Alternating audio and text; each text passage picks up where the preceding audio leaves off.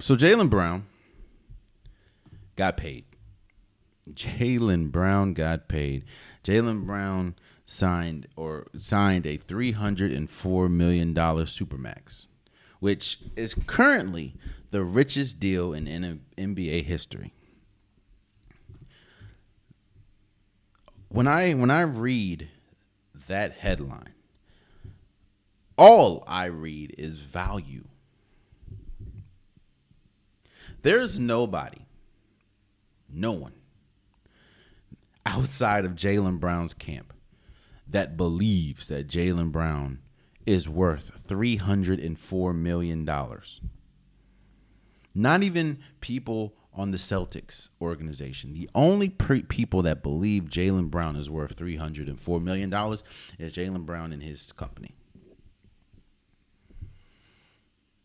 But it's about value. And you're only worth what you can negotiate. Jaylen Brown getting the supermax because he was on an all-NBA team, which it's all a trickle-down effect. If John Morant wasn't out acting crazy, do you think Jaylen Brown would have made all? I don't know. And I'm not saying I'm just saying I don't know.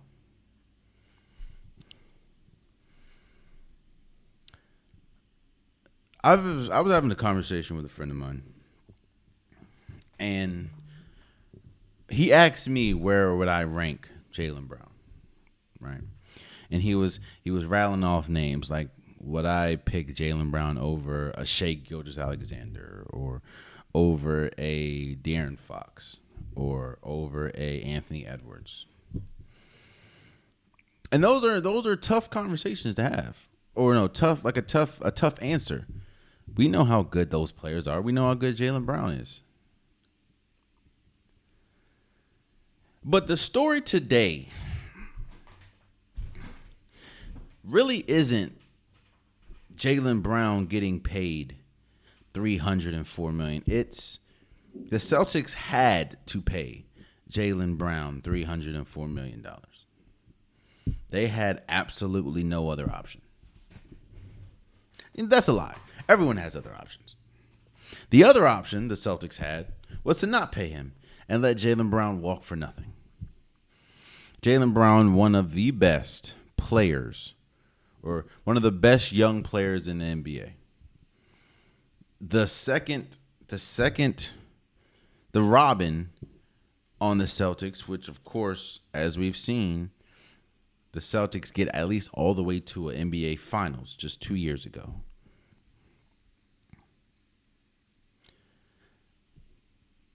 The Celtics, there was really nothing else. I mean, outside of letting him walk for nothing, which is the last thing you want to do, especially for a player as good as Jaylen Brown. The Celtics were pretty much backed themselves into a corner. I will say this, though.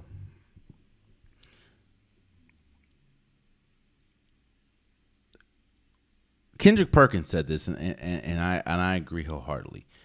One is it's very hard to trade this contract. Now, again, you can trade him to a team that maybe isn't competing for anything and just trying to get off contracts. But then again, it maybe just needs a star. But then again, that is tough. To sign a player or to trade for a player that has limitations. He can't go left. Let's just be real. Sign him to but the Celtics had to do it. And trust me, you're going to see a lot more contracts like this for players that you may feel don't deserve contracts like this, because of the new CBA and because of the new stipulations to what you have to do and what you have to accomplish to make an All-NBA team. One of the biggest reasons why Jaylen Brown got this deal was because someone like John Morant did not qualify for an All-NBA team. talent-wise, he definitely deserved to be an All-NBA team last year. He didn't qualify because he missed too many games. Someone like a Anthony Davis didn't qualify. That is now I think you have to play 62 or 65 games. That is going to hurt a lot. Someone like a Paul George didn't qualify. Someone like a Kawhi Leonard didn't qualify.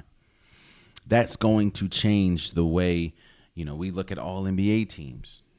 Now someone that maybe you would never think be an all NBA team qualified because somebody else didn't.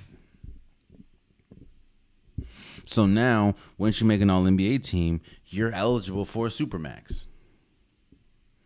This is definitely. So I don't think that Jaylen Brown is going to be the richest contract in NBA history for long. But there was really nothing the Celtics could have done except for let him go. And don't get me wrong, I don't know, with the limitations and the very similar skill sets that him and Jason Tatum have, I don't know if the Celtics with those two leading the pack. Don't get me wrong. I know how great Jason Tatum is. I know how great Jaylen Brown is. I know that Jaylen Brown could be in a similar situation that Jordan Poole was in, as far as I think Jordan Poole is going to flourish with the Wizards. I don't think that it's going to really amount to winning because the Wizards aren't really a good team. I don't really think they're interested in winning right now.